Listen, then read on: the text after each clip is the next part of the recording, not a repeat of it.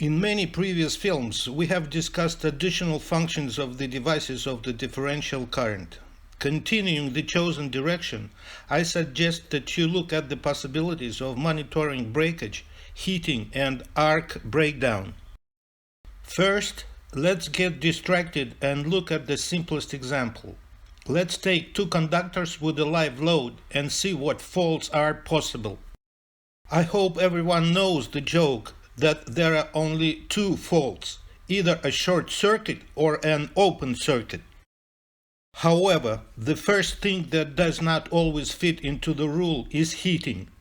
Sometimes it is associated with a short circuit, but it can also happen by itself.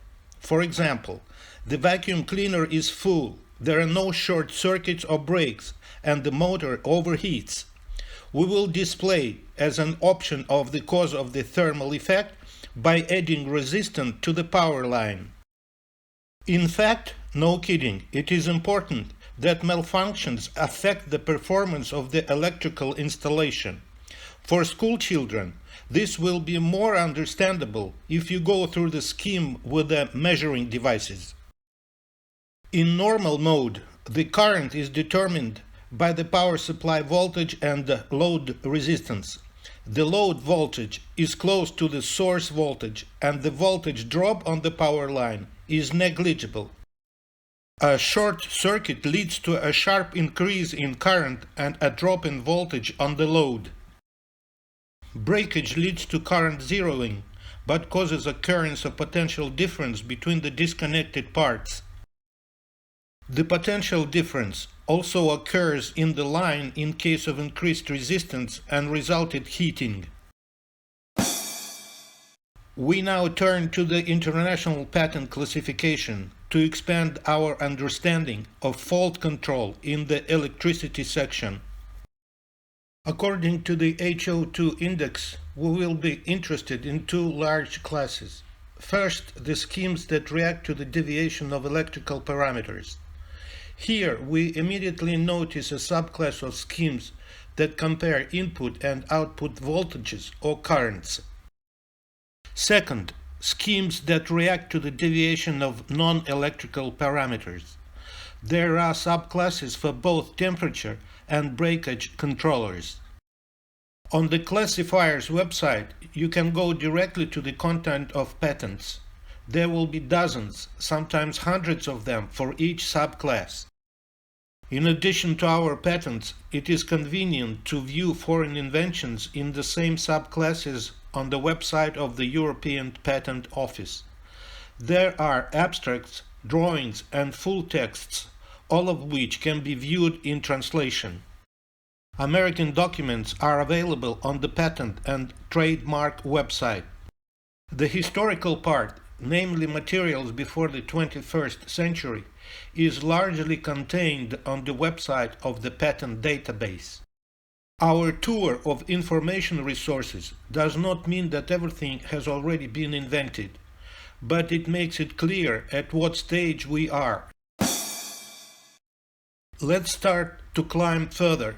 Consider the traditional use of differential current devices. To do this, place RCBO on the stand. Let it contain two poles, P1 and P2, overload current protection M, a differential sensor, and an operational control device with a button T and a resistor. Connect the load and add it in the scheme. In normal mode, after switching on, we have a serial closed circuit and the current balance of the differential sensor. When you press the test button, a resistor is connected to the diagonal of the device. The balance of currents is upset and the device is disconnected. Similarly, the balance is upset by a leak to the ground. The device is activated, and so the first protection function is implemented. The high sensitivity to the differential current provides disconnection with different loads and without load. The second function, namely protection against current overload, is carried out by using the trip unit M, which responds to the overcurrent during short circuit. So far, we have looked at the usual, most frequent use. But what about the promised protection from breakage and heating? To overcome this step, you will have to contact the library. Here, it is appropriate to say that in all stories, the countdown of differential current devices begins with the German patent of 1928. At this time, the man appears on the picture who grabbed the conductor. However, please note that the title of the patent indicates the year 1932, Main-June. Therefore, for the sake of justice, I note that the application for a different current device in our country is dated March 1932. The author is engineer Olekhnovich. Unfortunately, I can't give you a name. I looked through 24 inventions from the 20s to the 60s, everywhere. Even in the monograph, only initials are indicated. It is important that the works were associated with the mining and electrical engineering of mines of the Pechora Basin. Well, if someone knows the details and will share, I will be grateful. Yes, and the topic of using differential current devices to control breakage arises already halfway to our time. One of the first, we find a modest certificate from 1986. In it, Sergei Ivanovich Kostruba proposed a fairly simple addition for a conventional device, so resistors appear in the load connection scheme. They do not upset the balance in any way during normal operational mode. It is convenient to explain the new function of the device directly in the author's drawing. Let's take the values of resistors from the text, arrange them according to the scheme, and show the case of grounding breakage.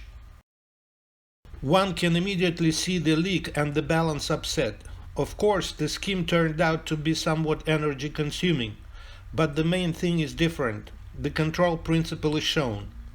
To respond to breakage, it is sufficient to ensure the balance of currents exclusively with intact conductors. This approach can be traced in the following inventions of Sergei Ivanovich with the co-authors. For example, a very concise scheme turned out with capacitors. It allows to turn off power supply when the overhead power line conductors break. Also changing the author's drawing, we will show the imbalance. In general, and without calculations, you can see the occurrence of leakage current at breakage. Accordingly, the differential current device will work and the power supply will stop. In the next invention, there is some complication.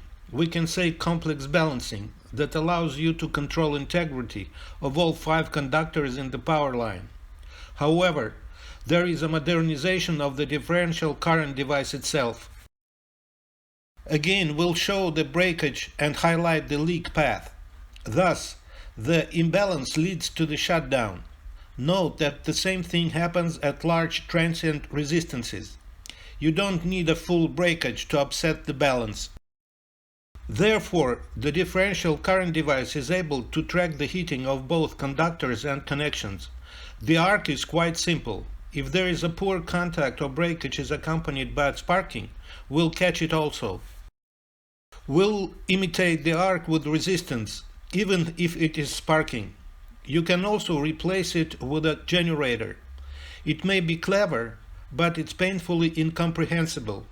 Let's borrow this idea from Bulgakov. Just as we made fun of Kant, so we will laugh here. Let's summarize the first part. First, among the inventions we have found solutions that allow us to increase the efficiency of differential current devices. Second, we should highlight the dual purpose of protection. We get a lot of additional functions simply by upgrading the load connection. I will present the second part as a slide.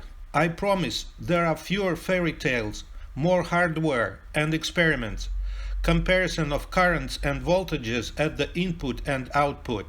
What we started with here, we use for automatic control.